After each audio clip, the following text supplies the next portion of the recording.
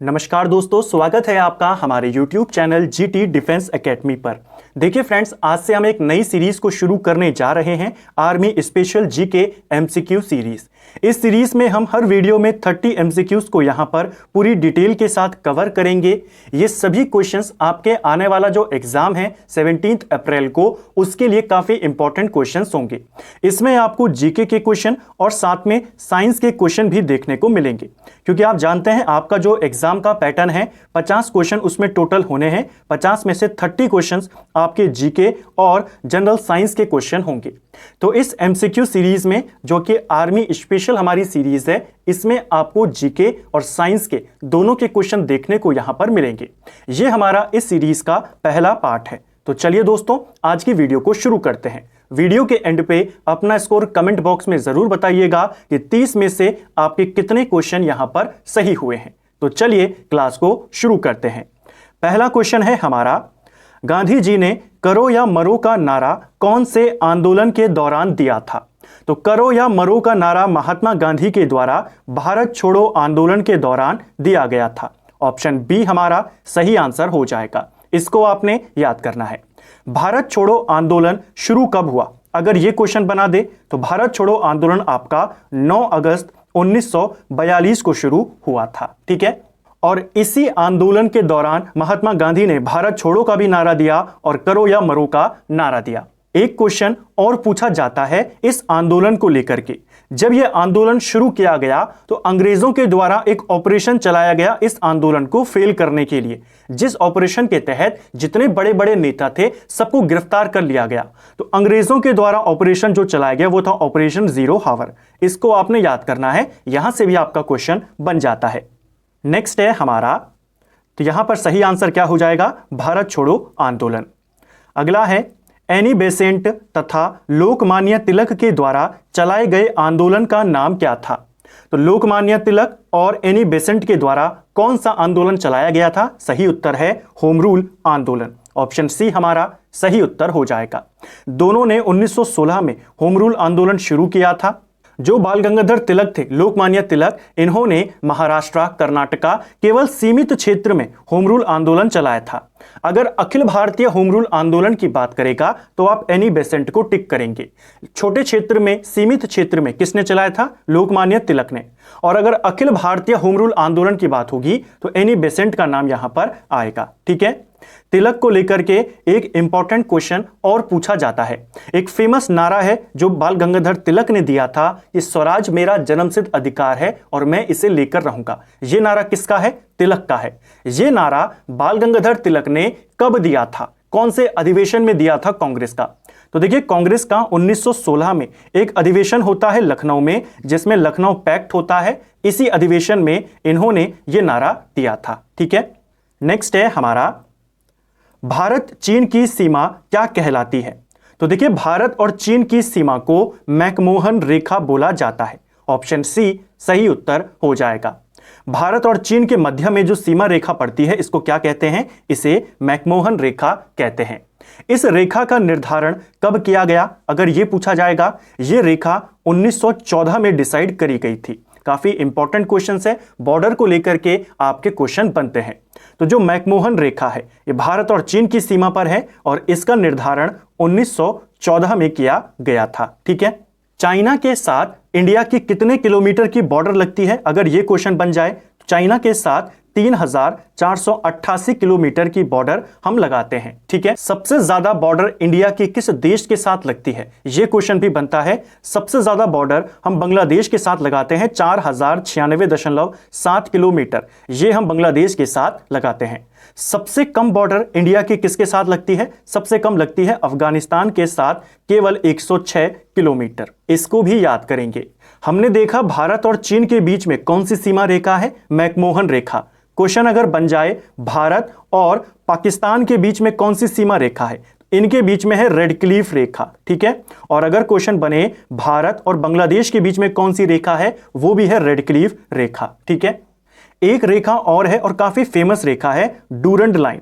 Durand line की बात करें तो पहले ये लाइन इंडिया और अफगानिस्तान के बीच में थी, लेकिन अब ये लाइन वर्तमान में पाकिस्तान और अफगानिस्तान के बीच में पड़ती है, तो इसको भी याद करेंगे। डूरंड रेखा 1893 में निर्धारित करी गई थी। ठीक है, नेक्स्ट है हमारा शेर ए पंजाब से कौन जाना जाता है?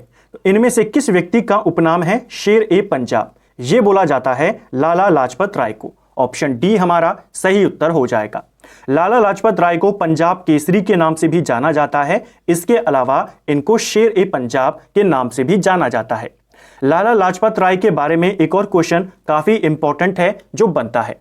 साइमन कमीशन का विरोध कर रहे थे 1928 में और इसी दौरान इन पर लाठियां पड़ती हैं, जिससे ये गंभीर तौर पर घायल हो जाते हैं और कुछ दिनों के बाद इसी लाठी की वजह से इनका निधन हो जाता है। तो क्वेश्चन बनता है साइमन गो बैक का नारा किसने दिया था? आप बताएंगे लाला लाजपत राय के द्वारा दिया गया था। ठीक है, और जब इनके ऊपर ये लाठियां पड़ रही थी, इन्होंने एक फेमस स्टेटमेंट भी दिया था। इनका एक फेमस कथन है जो पूछा जाता है। इन्होंने कहा था, मेरे शरीर पर पड़ी एक एक लाठी अंग्रेजी साम्राज्य पर कील साबित होगी। यह वक्तव्य भी किसका है? लाला लाजपत राय का है। ठीक है, नेक्स्ट है हमारा लेजर का क्या मतलब है? तो लेजर की फुल फॉर्म यहां पर आपसे पूछी गई है। लेजर की फुल फॉर्म होती है light amplification by stimulated emission of radiation. ये इसका पूरा नाम है, इसको आपने याद करना है। फुल फॉर्म्स भी आपसे पूछी जाती हैं। अगला प्रश्न है हमारा, चंद्रगुप्त मौर्य ने निम्नलिखित में से किस लोग को हराया था? तो देखिए, इनमें से किस शासक को चंद्रगुप्त मौर्य ने पराजित किया था? सही आंसर है सेल्यूकस। ऑप्शन ए सही उत्तर हो जाएगा। देखिए, सेल्यूकस कौन था? सेल्यूकस का पूरा नाम है सेल्यूकस निकेटर। ठीक है, जो सिकंदर था, जो दुनिया जीतने निकला था, इसके सेनापति का नाम था सेल्यूकस। जब सिकंदर मर जाता है, इसके बाद इसने जो एशिया की साइड में अपना क्षेत्र जीता था, वो किसके अधिकार में चला जाता है? सेल्यूकस निकेटर वहां का राजा बन जाता है। यह सिकंदर का सेनापति था। ठीक है, इधर सेल्यूकस निकेटर राजा बन गया, इधर मौर्य साम्राज्य स्थापित हो गया और चंद्रगुप्त मौर्य राजा बन गया। इन दोनों के बीच में एक युद्ध होता है 305 ईसा पूर्व में। ठीक है, और इस युद्ध में सेल्यूकस निकेटर को पराजित कर देता है चंद्रगुप्त मौर्य। इस युद्ध के बाद दो इंपॉर्टेंट घटनाएं जो आपको याद करनी है। पहली घटना, जो सेल्यूकस निकेटर था, इसने 4 प्रांत, कौन कौन से प्रांत? एक काबुल, एक कांधार, इसके अलावा एक हेरात और एक मकरान। ये 4 प्रांत सेल्यूकस ने चंद्रगुप्त मौर्य को दे दिए और अपनी बेटी, इसकी बेटी का नाम था कार्नेलिया, उसकी शादी भी इसने मौर्य के साथ करवा दी। और दूसरी महत्वपूर्ण घटना, इस युद्ध के बाद सेल्यूकस निकेटर ने अपना एक राजदूत जिसका नाम था मेगास्थनीज, इसे चंद्रगुप्त मौर्य के दरबार में भेज दिया। तो ये क्वेश्चन भी आपने कई बार परीक्षाओं में देखा होगा। मेगास्थनीज किसका सेनापति था या किसका राजदूत था? तो ये राजदूत था सेल्यूकस निकेटर का, जो कि मौर्य के दरबार में आया था। इस मेगास्थनीज ने एक किताब लिखी है, किताब का नाम पूछा जाता है, किताब का नाम है इंडिका। इसको भी आपने याद करना है। किसकी किताब है ये? मेगास्थनीज की किताब है। ठीक है, नेक्स्ट है हमारा पंचतंत्र किसके द्वारा लिखी गई है? तो पंचतंत्र, ये जो किताब है, ये लिखी है विष्णु शर्मा ने। ऑप्शन ए हमारा सही आंसर हो जाएगा। पंचतंत्र भी बहुत बार आती है, इसके लेखक कौन है? विष्णु शर्मा है। माना जाता है किस काल में लिखा, यह भी पूछा जाता है। इन्होंने गुप्त काल में पंचतंत्र की रचना करी। ठीक है, अगला प्रश्न है हमारा, भारत में मानस वन्यजीव अभयारण्य राष्ट्रीय उद्यान कहां स्थित है? तो मानस वन्यजीव अभयारण्य पूछे या मानस राष्ट्रीय उद्यान पूछे, ये आपके असम में पड़ता है। ऑप्शन सी सही उत्तर हो जाएगा। असम के 2 नेशनल पार्क आपने याद कर लेने हैं। एक है आपका मानस नेशनल पार्क और एक है आपका काजीरंगा नेशनल पार्क। ये दोनों कहां हैं आपके? ये दोनों असम में हैं, बहुत बार रिपीट होते हैं। अगला प्रश्न है, भारत द्वारा स्वदेशी तौर पर विकसित हल्का लड़ाकू विमान का नाम क्या है? तो एक हल्का लड़ाकू विमान जिसे भारत ने खुद विकसित किया है, इसका नाम है तेजस। ऑप्शन बी सही आंसर हो जाएगा। ठीक है, नेक्स्ट है हमारा, कलिंग की लड़ाई कौन सी ईसा पूर्व में लड़ी गई थी? तो देखिए, कलिंग का युद्ध काफी भीषण युद्ध था। यह आपके 261 ईसा पूर्व में लड़ा गया था। ऑप्शन डी हमारा सही उत्तर हो जाएगा। कब लड़ी गई थी कलिंग की लड़ाई? 261 ईसा पूर्व में। कलिंग के राजा और मौर्य सम्राट अशोक के बीच में यह लड़ाई लड़ी गई थी। जाहिर सी बात है अशोक इस युद्ध को जीता, काफी भीषण रक्तपात यहां पर हुआ, काफी कत्लेआम यहां पर मचाया गया, जिसको देखने के बाद अशोक का हृदय परिवर्तन हो जाता है। क्वेश्चन बनता है अशोक का हृदय परिवर्तन किस युद्ध के बाद हुआ? आप बताएंगे कलिंग का युद्ध जो 261 ईसा पूर्व में लड़ा गया। और इसी युद्ध के बाद अशोक युद्ध की नीति को त्याग देता है और धर्म की नीति को अपना लेता है। इसको भी आपने याद करना है। भारत में शिलालेखों को लिखने की जो परंपरा थी, इसको शुरू किसने किया? आप जानते हैं अशोक ने शुरू किया। अशोक के हमें विभिन्न शिलालेख मिले हैं। एक क्वेश्चन बनता है इस युद्ध को लेकर के कि कलिंग युद्ध का वर्णन अशोक के कौन से शिलालेख में मिलता है? तो अशोक का 13वां शिलालेख जो है, इसमें हमें कलिंग युद्ध का वर्णन मिलता है। ठीक है, इसको भी आपने याद करना है। कलिंग को लेकर के एक बात आपने और याद करनी है, क्योंकि पुरस्कार भी आपसे पेपर में पूछे जाते हैं। एक पुरस्कार है कलिंग पुरस्कार, इसे देता कौन है? देखिए कलिंग जो है ये पुराना नाम है उड़ीसा का, इसको भी याद करना। ठीक है, कलिंग पुरस्कार की बात करें, यह पुरस्कार यूनेस्को के द्वारा दिया जाता है, अंतर्राष्ट्रीय पुरस्कार है। यूनेस्को के द्वारा 1952 से इस अवार्ड को दिया जाता है, कलिंग पुरस्कार को। कलिंग पुरस्कार पूछेगा, ऑप्शन में उड़ीसा देगा, उसको टिक नहीं करना है। कौन देता है कलिंग पुरस्कार? यूनेस्को देता है, 1952 में शुरू किया था। किस क्षेत्र में दिया जाता है? विज्ञान के क्षेत्र में दिया जाता है कलिंग अवार्ड। ठीक है, नेक्स्ट है हमारा, भारत में टाइगर प्रोजेक्ट की शुरुआत कब हुई थी? टाइगर प्रोजेक्ट या टाइगर परियोजना। तो भारत में टाइगर परियोजना की शुरुआत 1973 में होती है। ऑप्शन डी सही उत्तर हो जाएगा। भारत का पहला टाइगर रिजर्व कौन सा था? जो टाइगर रिजर्व है भारत का पहला नेशनल पार्क, वो था कॉर्बेट नेशनल पार्क। भारत का पहला टाइगर रिजर्व इसे घोषित किया गया था 1973 में। सिंपल भाषा में बात करें, ये जो टाइगर परियोजना है, इसकी शुरुआत कॉर्बेट नेशनल पार्क से ही होती है। ये आपके उत्तराखंड में है। ठीक है, और कॉर्बेट नेशनल पार्क ना सिर्फ इंडिया का बल्कि एशिया का पहला नेशनल पार्क है। इसको भी आपने याद करना है। 1936 में इसकी स्थापना की गई थी। नेक्स्ट है हमारा, थॉमस कप किस खेल से संबंधित है? थॉमस कप की बात करें, थॉमस कप आपके बैडमिंटन से संबंधित है। ऑप्शन बी सही उत्तर हो जाएगा। ठीक है, अगला प्रश्न है हमारा, निम्नलिखित में से सबसे नर्म धातु कौन है? तो इनमें से अगर हम बात करें सबसे नर्म धातु, तो वो है आपकी चांदी। ऑप्शन ए सही उत्तर हो जाएगा। अदर नरम धातुओं की बात करें जो ज्यादातर आपको ऑप्शन में दिखती है, यहां पर तो नहीं है, तो आंसर क्या हो जाएगा? चांदी हो जाएगा।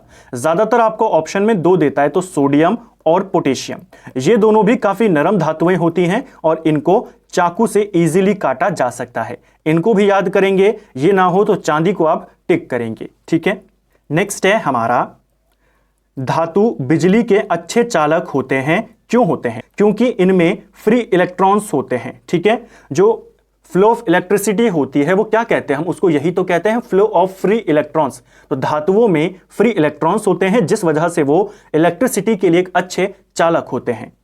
नेक्स्ट है हमारा, एक न्यूट्रल एटम में इलेक्ट्रॉन की संख्या किस संख्या के बराबर होती है? तो आपका जो एटम होता है, इसमें जो इलेक्ट्रॉन के नंबर ऑफ होते हैं, जो नंबर ऑफ इलेक्ट्रॉन्स होते हैं, ये नंबर ऑफ प्रोटॉन के बराबर होते हैं। ऑप्शन डी सही आंसर हो जाएगा। ठीक है, अगला प्रश्न है हमारा, किसी चुंबक के चुंबकीय गुण को खत्म करने के लिए निम्न में से किसको अपनाया जाता है? तो जैसा मैंने शुरुआत में बोला, आपको इसमें जीके के क्वेश्चन भी देखने को मिलेंगे और साइंस के क्वेश्चन भी, तो जनरल साइंस है उसके क्वेश्चन भी देखने को मिलेंगे। केवल सेलेक्टेड क्वेश्चन और इंपॉर्टेंट क्वेश्चन ही आपको इस सीरीज में देखने को मिलेंगे। अगर हम प्रश्न की बात करें, चुंबक के जो चुंबकीय गुण होते हैं, जो उसकी मैग्नेटाइज प्रॉपर्टीज होती हैं, जैसे कोई मैग्नेट है, हमें उसे डीमैग्नेटाइज करना है, तो उसके लिए उस पर अगर हम हथौड़े से प्रहार करें तो उसका जो चुंबकीय तत्व है वो खत्म हो जाएगा। ऑप्शन ए सही आंसर हो जाएगा। ठीक है, अगला प्रश्न है हमारा, अग्निशामक में कौन सी गैस होती है? तो अग्निशामक में आपकी कौन सी गैस पाई जाती है? ये पाई जाती है आपकी कार्बन डाइऑक्साइड। ऑप्शन सी हमारा सही उत्तर हो जाएगा। यहां पर इसको 2 कर देना। ठीक है, कार्बन डाइऑक्साइड होती है जो आपके फायर एक्सटिंग्विशर होते हैं, अग्निशमक होते हैं इनमें। अगला प्रश्न है हमारा, एक समान प्रावस्था में एक माध्यम के किसी दो समीकरणों के बीच की दूरी को क्या कहते हैं? यानी the distance between two nearest particle of a medium, इसको क्या बोला जाता है? इसे वेवलेंथ बोला जाता है। ऑप्शन बी सही आंसर हो जाएगा, तरंग दैर्ध्य इसको कहते हैं। अगला प्रश्न है, जब वर्षा के पानी का पीएच मान किससे कम हो जाता है तो वह अम्लीय वर्षा कहलाती है। एसिड रेन को लेकर के यहां पर क्वेश्चन है। देखिए एसिड रेन कब होती है? जो नॉर्मल पानी होता है उसका पीएच मान होता है 5.6। जो नॉर्मल वर्षा होती है, ठीक है, नॉर्मल पानी का पीएच मान कितना होता है? नॉर्मल पानी का 7 होता है। वर्षा के जल का पीएच मान 5.6 होता है। अगर पीएच मान इससे कम हो गया, 5.6 से कम हो गया, तो वो वर्षा आपकी एसिड रेन कहलाती है। अब यहां पर 5.6 तो है नहीं, तो जो उसके सबसे नजदीक है हम उसी को टिक करेंगे। एग्जैक्ट अगर पूछा जाएगा एसिड रेन 5.6 से नीचे जैसे ही पीएच मान जाता है, यह आपकी एसिड रेन कहलाती है। लेकिन इसके नजदीकी कौन है? यहां पर 7 है, तो इसी को हम यहां पर टिक करेंगे। एक क्वेश्चन को और याद करिएगा, यह क्वेश्चन आपसे घुमा के भी पूछता है। यहां पे तो एसिड रेन का पूछ दिया, आपसे नॉर्मल रेन का भी पूछ लेगा कि जो नॉर्मल वर्षा का जल होता है उसका पीएच कितना होता है, तो उसका पीएच आपको 5.6 याद करना है। इससे कम होगा तो एसिड रेन वो कहलाएगी। एक क्वेश्चन और पूछा जाता है, हमारे मुंह का पीएच मान अगर किससे कम हो जाए तो हमारे दांतों में सड़न आनी शुरू हो जाती है। हमारे मुंह के पीएच मान अगर 5.5 से नीचे चला जाए तो हमारे दांत सड़ने लग जाएंगे। इसको भी याद करेंगे, इसी से मिलता जुलता क्वेश्चन है। नेक्स्ट है हमारा, किसी वस्तु की उछाल निर्भर करता है, यानी जो बियॉन्से फोर्स होता है किसी बॉडी पर, वो डिपेंड करता है। किसके ऊपर डिपेंड करता है? ये डिपेंड करता है उस वस्तु के द्वारा विस्थापित तरल के द्रव्यमान से। यानी किसी वस्तु के ऊपर बियॉन्से फोर्स कितना लगेगा वो इस बात पर डिपेंड करता है कि उस वस्तु ने कितना, जो तरल वहां पर उसने विस्थापित किया उसका द्रव्यमान क्या है। ऑप्शन सी सही आंसर होगा। इन क्वेश्चनों को आप लिखते हुए साथ साथ में जरूर चलें। इसके अलावा आप हमारे टेलीग्राम चैनल को भी ज्वाइन कर सकते हैं, वहां पर आपको इसकी पीडीएफ भी मिल जाएगी। और ज्यादा इंफॉर्मेशन के लिए आप हमारे व्हाट्सएप पर भी कांटेक्ट कर सकते हैं। अगला प्रश्न है, किसी रोग के प्रति हमारे शरीर की प्रतिरोधकता को क्या कहते हैं? तो किसी रोग के प्रति हमारा शरीर जो प्रतिरोधकता दिखाता है, जो रेसिस्टेंस दिखाता है, उसे इम्यूनिटी कहते हैं। ऑप्शन ए सही उत्तर हो जाएगा। ठीक है, अगला प्रश्न है हमारा, नवजात शिशु के हृदय स्पंदन दर कितनी होती है? हृदय स्पंदन दर यानी कि उसकी हार्ट बीट कितनी होती है? सिंपल भाषा में बात करें, 1 मिनट में जो नवजात शिशु होता है उसका दिल कितनी बार धड़कता है? तो नवजात शिशुओं का 1 मिनट में 150 बार दिल धड़कता है। ठीक है, अब ये कहां पड़ रहा है? ये इस बीच में पड़ रहा है, तो ये आंसर हो जाएगा। एग्जैक्ट बात अगर करें, क्योंकि यहां पर ऑप्शन आपके इस तरीके से 80 से 90, 120 से 160, एग्जैक्ट होता है 150। जो नवजात शिशु होते हैं, जो भ्रूण होते हैं, इनका दिल 1 मिनट में 150 बार धड़कता है। जो नॉर्मल व्यक्ति होता है उसका दिल 1 मिनट में 72 बार धड़कता है। इसको भी याद करना है, यह नवजात शिशु का या नॉर्मल व्यक्ति का। ठीक है, दोनों पूछे जाएंगे। नेक्स्ट है हमारा, 1 लाइट ईयर किसके बराबर होता है? तो 1 light year is equal to, देखिए लाइट ईयर होता क्या है? प्रकाश वर्ष इसको इंग्लिश में, हिंदी में कहते हैं। प्रकाश के द्वारा 1 वर्ष में चली गई दूरी को प्रकाश वर्ष बोला जाता है। ठीक है, जो लाइट होती है 1 वर्ष में जितनी दूरी को कवर करती है उसको हम प्रकाश वर्ष कहते हैं। तो प्रकाश वर्ष मात्रक किसका है? किसकी यूनिट है? प्रकाश वर्ष आपका दूरी का मापक है। ठीक है, प्रकाश वर्ष में क्या मापा जाता है? दूरी। हमने बात करी ना, प्रकाश के द्वारा 1 वर्ष में चली गई दूरी को हम प्रकाश वर्ष कहते हैं। तो ये आपका दूरी का मापक है। 1 प्रकाश वर्ष में कितना मीटर होता है? 1 प्रकाश वर्ष में आपका 9.46 इंटू 10⁻15 मीटर होता है। ऑप्शन ए इसका सही आंसर होगा, इसको याद करना है। ऐसे ही ऑप्शन आपको कंफ्यूजन के लिए दिए जाते हैं कि 10 की घात 12 होगी या 15 होगी, तो आपने याद करना है 1 प्रकाश वर्ष बराबर 9.461 इंटू 10⁻15 मीटर होती है। ठीक है, नेक्स्ट है हमारा, भौतिक विज्ञान के अनुसार निम्नलिखित में से सबसे अधिक लचीला कौन सा पदार्थ है? इनमें सबसे पदार्थ, अगर जो लचीले पदार्थ की अगर हम बात करें अकॉर्डिंग टू फिजिक्स, ये है आपका स्टील। ऑप्शन डी सही आंसर हो जाएगा। ठीक है, नेक्स्ट है, जीवाश्म किससे बनते हैं? तो जीवाश्म जो होते हैं ये आपके किससे बनते हैं? ये बनते हैं decomposing of plants and animal. जो प्लांट और एनिमल होते हैं इनके अवशेषों से आपका जो जीवाश्म होते हैं वो बनता है, जो फॉसिल फ्यूल होता है वो इन्हीं से बनता है। ठीक है, अगला है हमारा, इंसान के कान के लिए कितना डेसिबल का ध्वनि दर्दनाक होता है? तो इंसान के कान के लिए कितना डेसिबल ध्वनि हानिकारक होता है? यह है 120 डेसिबल। ऑप्शन बी हमारा सही आंसर होगा। हमारे कानों की सुनने की क्षमता कितनी है? 20 हर्ज से लेकर के 20 किलो हर्ज तक हम सुन सकते हैं। ठीक है, अगला प्रश्न है हमारा, किस माध्यम में प्रकाश की गति अधिकतम होती है? तो प्रकाश की गति, लाइट ऑफ स्पीड, सबसे ज्यादा कहां पर होती है? यह होती है वैक्यूम में। ऑप्शन ए हमारा सही आंसर होगा। देखिए, आपसे दो की गतियां पूछी जाती हैं। एक आपसे पूछी जाती है लाइट की गति, ठीक है, और दूसरी आपसे पूछी जाती है साउंड की गति, कि किसकी गति किसमें ज्यादा होती है। एक चीज को याद करना, लाइट की सबसे ज्यादा गति किसमें होती है? वैक्यूम में होती है।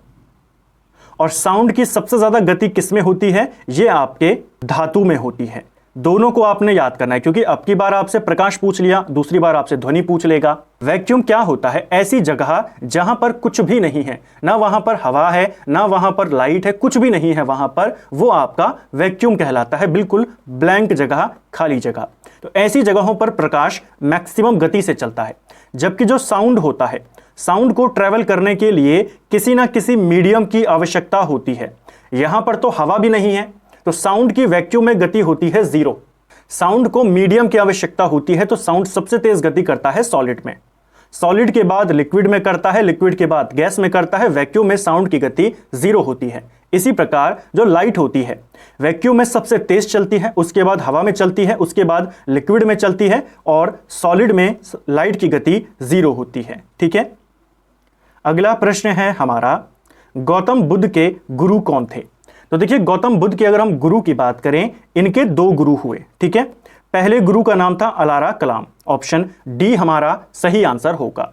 इनके पहले गुरु का नाम अलार कलाम था और दूसरे गुरु का नाम रुद्र करामपुत था। इनको भी आपने याद करना है, दोनों गुरुओं के नाम पूछे जाते हैं। अगर हम महात्मा बुद्ध के माता के नाम की बात करें, माता का नाम भी पूछा जाता है। इनकी माता का नाम था महामाया। इनकी मौसी के नाम की बात करें, जिन्होंने इनका पालन पोषण किया, इनका नाम था प्रजापति गौतमी। इनके पिता के नाम की बात करें, इनके पिता का नाम था शुद्धोधन। इनकी पत्नी का नाम बात करें, इनकी पत्नी का नाम था यशोधरा, और इनके पुत्र का नाम था राहुल। इनको भी आपने याद करना है। ठीक है, और महात्मा बुद्ध के बचपन का नाम क्या था? तो इनके बचपन का नाम था सिद्धार्थ। ये भी पूछा जाता है। ठीक है, नेक्स्ट है हमारा, इनमें से कौन सी बीमारी मच्छरों के काटने से नहीं होती है? तो कौन सी बीमारी है जो मच्छरों से नहीं होती है? सही आंसर है जॉन्डिस। जॉन्डिस यानी पीलिया। पीलिया किसकी वजह से होता है? हमारे शरीर के अंदर एक रंजक पाया जाता है जिसको कहते हैं बिलिरुबिन। हमारे शरीर में बिलिरुबिन की मात्रा अधिक होने से हमको पीलिया होता है। ये पीले रंग का एक रंजक होता है, एक डाई होती है। तो अगर ये हमारे शरीर में बढ़ जाए तो हमें पीलिया हो जाता है, जॉन्डिस हो जाता है। बाकी सारे मच्छर के काटने से होते हैं, ये हमारे शरीर के अंदर जो बिलिरुबिन नामक एक रंजक है, इसके बढ़ने से होता है। ठीक है, नेक्स्ट है हमारा, और आज की वीडियो का अंतिम प्रश्न है, देश में भाभा परमाणु अनुसंधान केंद्र कहाँ स्थित है? तो देखिए, भाभा एटॉमिक रिसर्च सेंटर ये आपके ट्रॉम्बे में स्थित है। ऑप्शन डी सही आंसर होगा। देखिए, राज्य का नाम पूछेगा तो राज्य का नाम होगा महाराष्ट्र। ठीक है, और थोड़ा डिटेल में पूछेगा जगह तो बताएंगे मुंबई। और ज्यादा डिटेल में पूछेगा तो मुंबई के अंदर एक जगह है ट्रॉम्बे, और यहीं पर स्थित है आपका भाभा एटॉमिक रिसर्च सेंटर। तो कई बार सीधा राज्य का नाम दे देता है, कई बार जिले का नाम, और कई बार आपको एग्जैक्ट लोकेशन दे देता है। तो इसको भी आपने याद करना है। ठीक है, यहां से भी आपका क्वेश्चन बन जाता है। तो फ्रेंड्स, ये था हमारा जो हमारी एक नई सीरीज है जिसमें हम आर्मी स्पेशल जीके को, जो आर्मी के लिए एग्जाम ओरिएंटेड आपका जीके है, उनको यहां पर कवर कर रहे हैं। आज ये हमारा इस सीरीज का पहला पार्ट था। 30 क्वेश्चंस को हमने यहां पर कवर किया, साथ में कोशिश करी इनके साथ एक्स्ट्रा फैक्ट को भी कवर करने का। उम्मीद करते हैं आपको आज का वीडियो पसंद आया होगा। अगर आपको ये वीडियो पसंद आई है तो वीडियो को लाइक करें। अगर आप चैनल पर पहली बार आए हैं, चैनल को सब्सक्राइब करें, अपने दोस्तों के साथ शेयर करें। वीडियो आपको कैसा लगा कमेंट बॉक्स में हमें जरूर बताएं, और आपके कितने स्कोर यहां पे रहे वो भी आप कमेंट बॉक्स में हमें बता सकते हैं। Thank you friends.